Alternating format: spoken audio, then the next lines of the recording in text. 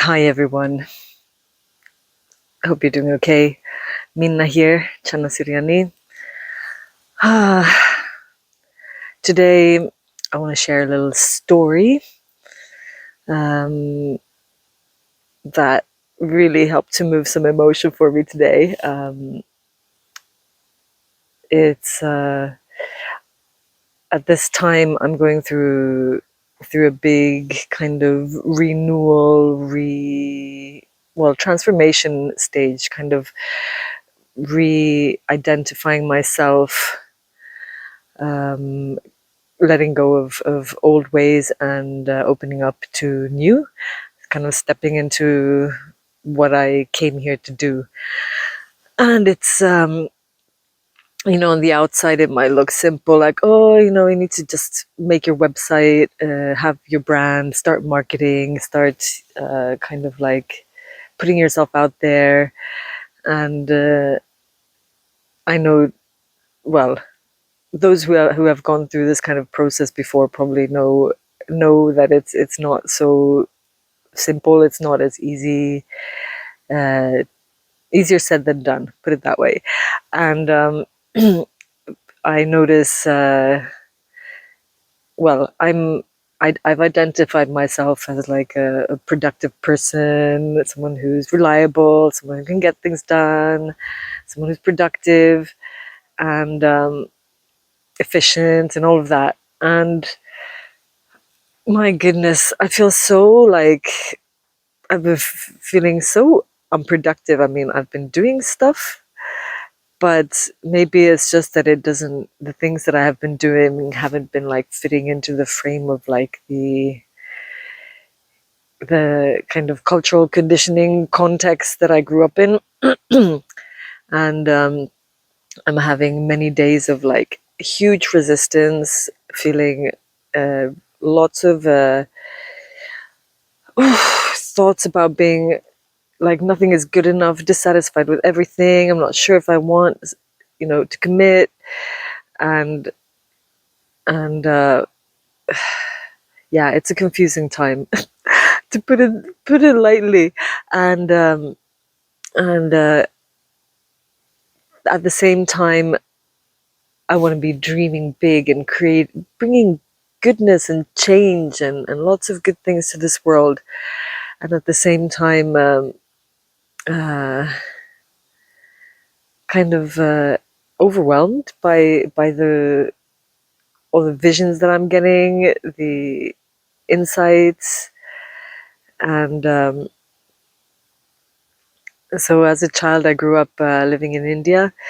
Um, Due to my parents' work, we were there, and we lived in a fairly nice neighborhood, in a nice house, uh, like middle class neighborhood. This was in the early '80s. I witnessed also poverty and suffering in various forms while I was there, and this left a huge impact on me. Like, um, it really touched and pained me, a lot of the suffering that I saw. And then I didn't have the means, kind of how to handle what I was experiencing and seeing, emotionally, and also yeah, the unfairness, the injustice of the world, kind of. And here we are today. I am in a relationship, married to a Huni Queen Indian. Uh, the His family, his community, like the whole, much of the population, the indigenous population there in the Amazon, they're really struggling to have their basic needs met. Of course, it's another question: what are basic needs, and how do we meet them? Uh, but I'm kind of met with the situation where I feel like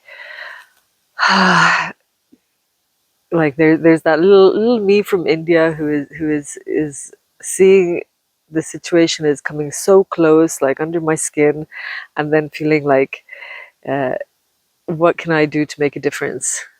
What can I do to make things better, more harmonious, bring more well-being? And I've tried to, I guess, well, our modern society ways have certain thoughts and ideas and perspectives on how we should help or create more goodness into the world by sharing and all of that. There's a lot different levels that we can contribute at and help at. There's the material, financial, teaching, knowledge, sharing capacity, different things.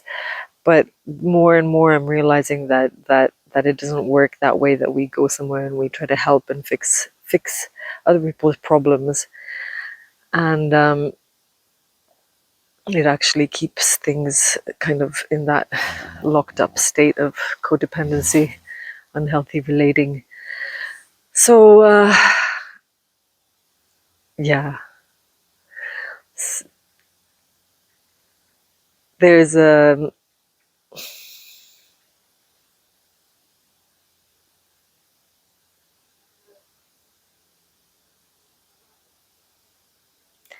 so yeah. So I've been struggling with these feelings of not being enough, not getting enough done, not being good enough. Nothing that I will ever do will be good enough. Uh, the world won't change. I'm too small. I don't have. And then there's that whole part of me, the inner part of me that has needs and has felt like oh, I'm better off than others, so I don't really need other people's help. I can do it on my own, and that's like super emotional for me to share. That I come out, I show up as this really strong person that can like get so many things done and manifest so many things, and then inside me there's this little girl that is kind of like holding it all together, and it's for that little girl, it's a big thing. It's hard, and I'm as a grown up now learning to to hold space and take responsibility, and let her off the hook. It's time for her to be let off the hook, and to know that I'm enough just as I am, and for all of us to be just enough as we are. It makes me really, you know, uh, it pains me how much we demand of ourselves and of each other and of the world, and that's actually like that demandingness. It's like there's an arrogance there. There's a force of entitlement that is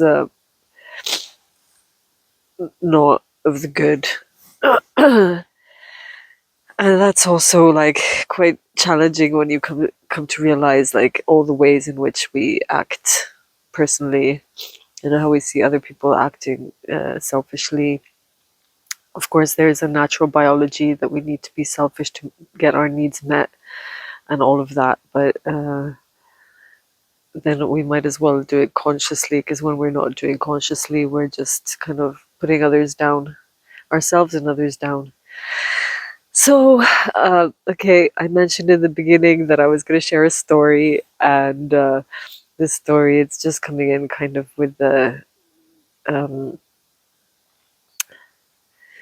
it's coming as medicine it came as medicine for me. I had a good cry when I remembered this story, and I offer it to you, who's listening, whoever needs to hear this story, because for me, it, it kind of opens my heart to love.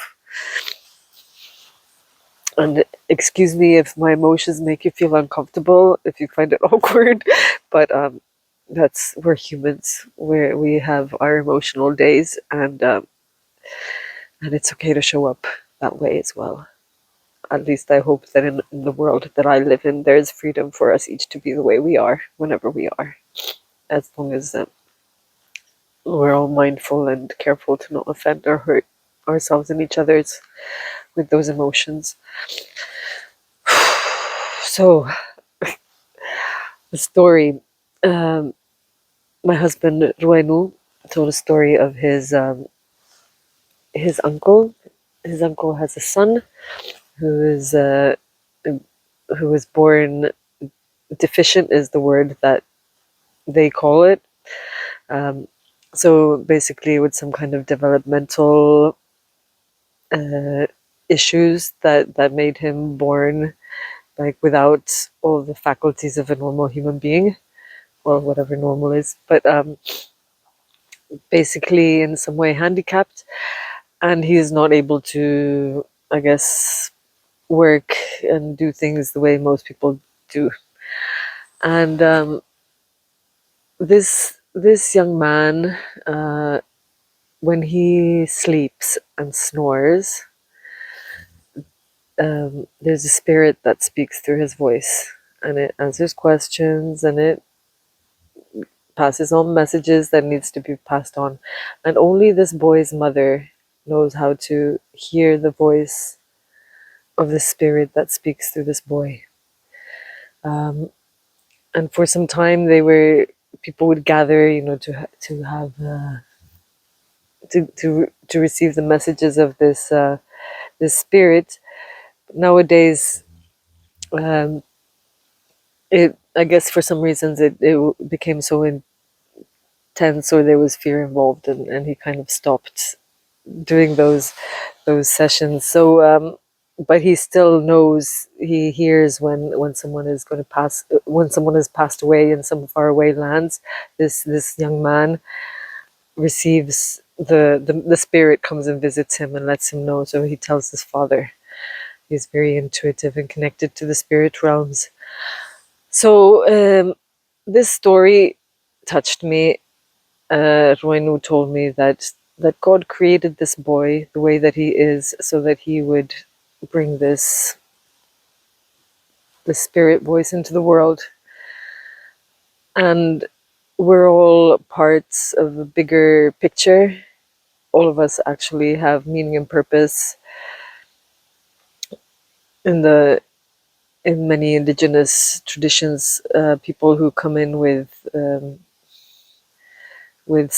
special conditions that make them different from others, unable to function like most people in society. Often they carry some special connection with spirit. In our Western modern world, people like that are often called schizophrenic, or having mental problems or whatnot. But actually, what if, I've been thinking, like there's more and more information online about, and news about people with children being born with ADHD or autism, and all of these things. And what if actually they're not like diseases as such? Surely, well, life can of course bring lots of discomfort and conditions that are uh, not pleasant to live with on this earth. And it's another discussion about how we define it. Is it a disease or not? But just bringing to for us to consider this perspective that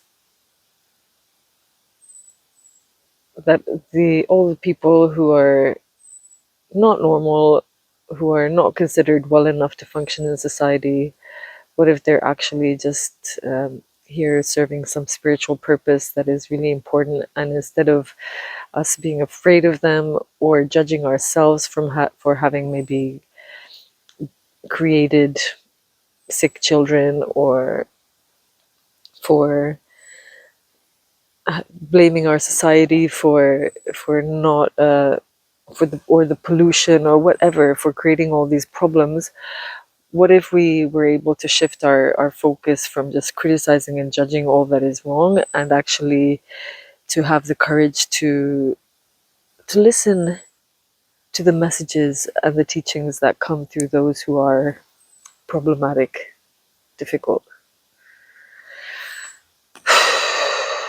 And it's not easy always to be with that emotion, with the pain that shows up. Here, even the sun came out, brought some light. Life is not always rosy, but it's maybe it just creates more suffering because we have this assumption or arrogance to think that life should be stress free, pain free, emotion free.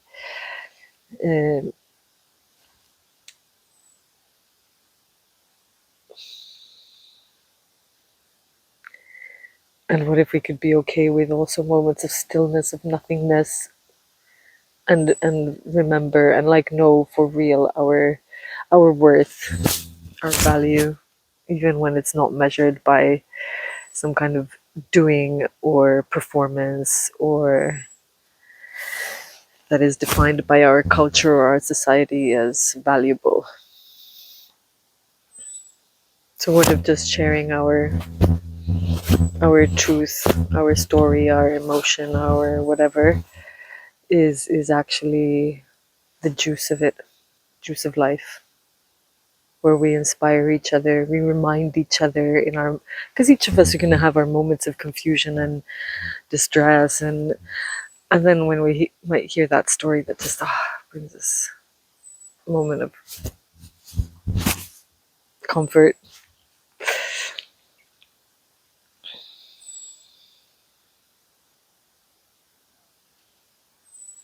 Okay, I think that's it for now.